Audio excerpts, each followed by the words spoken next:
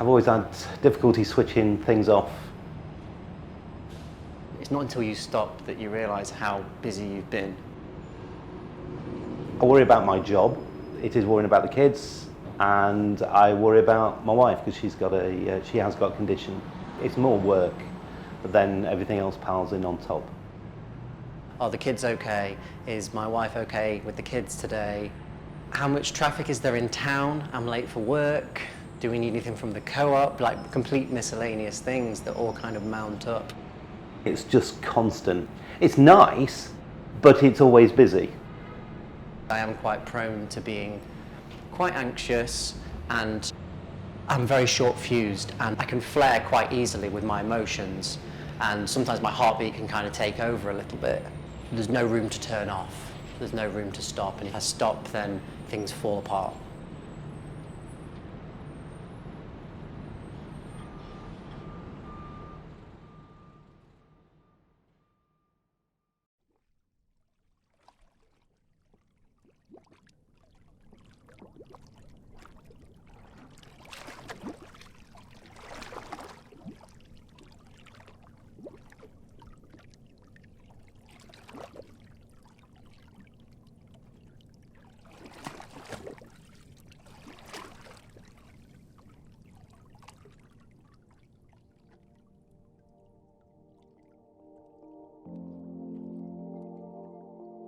So let's begin inside the brain.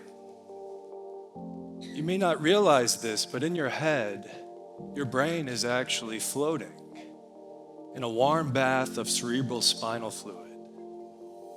And the outside surface of our brain, the cortical surface, is really responsible for mapping and making sense of the world outside. And so if you're in a well-calibrated float tank, not a single photon of light should be entering your brain, which means the entire posterior sector of the brain that's responsible for processing and creating our visual world suddenly doesn't have information coming in. Likewise, the area of the brain responsible for hearing and auditory processing shouldn't hear any outside sounds except maybe the internal workings of the own body. And floating is one of the few moments in life where we're not fidgeting, where we're not speaking and moving and incessantly and compulsively engaging in the world. We're just laying still.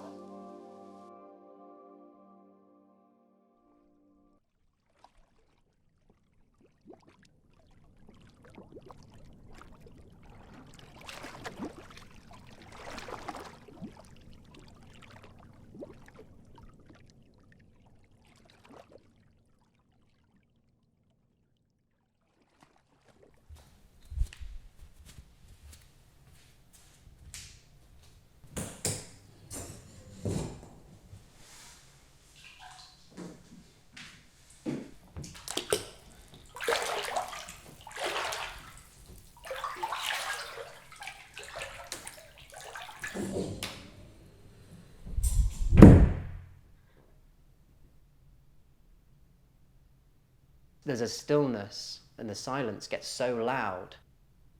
It's strange. Your senses kind of cross over.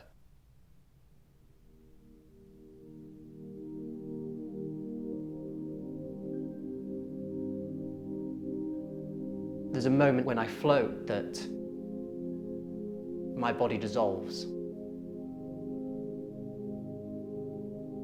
And it's normally about 30 minutes into a float, depending on how well you are at disarming yourself.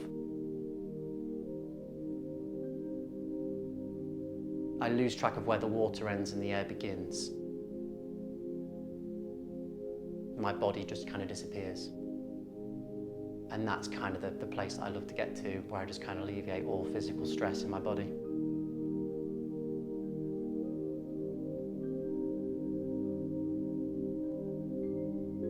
It trains my thoughts, and I am a lot calmer because of it. I'm less irritable because I am a bit grumpy.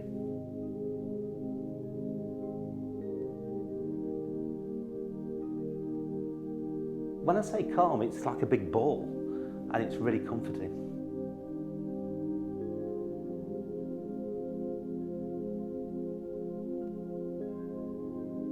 kind of feel nothing. But I feel normally just a very, very overwhelming sense of bliss and stillness and an emptiness that's so pure and full and safe. It feels familiar. And when I'm there, I'm like, I know it's the medicine I need.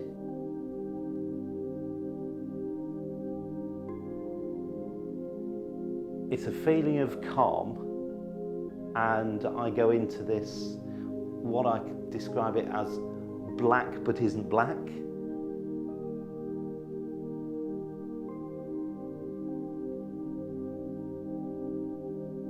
Because it then goes into purples, and it feels as though it's a big pond of nothing.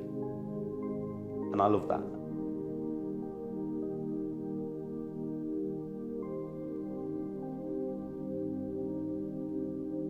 It's not frightening either. That's the other thing, you know, when you think, oh, it does feel as though black is coming, but it's nice and calm.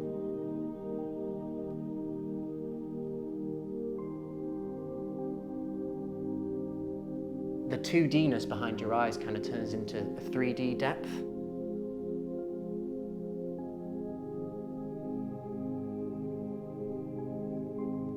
It starts with shadows, faint shadows, just different contours and gradients.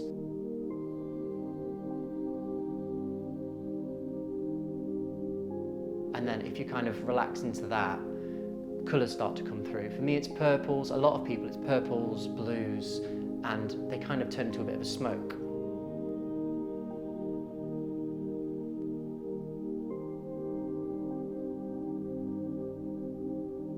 Once that happens, the smoke can kind of turn into objects.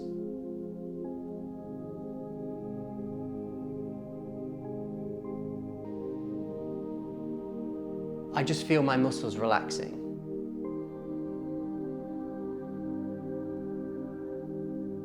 I approach every session with great respect in the sense that you have to keep letting yourself let go, because it's amazing how much tension you kind of hold in your body and you don't realise it.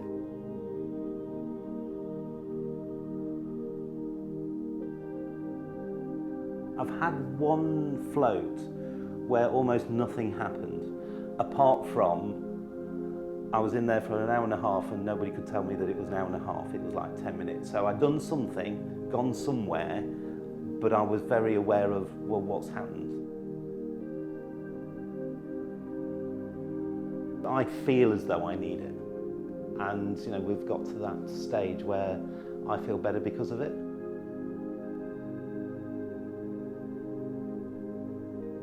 If you get in your own way of the process of the therapy, everything stops. You wake up and you're just back in the float tank. And the key is to kind of surrender and watch it happen without getting in the way of you. It's just learning just to do nothing.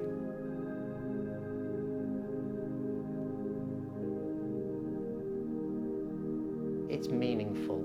If I've got problems in my life, I kind of approach it, and halfway through a flow, if I'm conscious enough, I'll say, what do I do about this? What do I do about work? How do I make my business busier? And there's always a very still, calm voice just telling me what to do and reassuring me.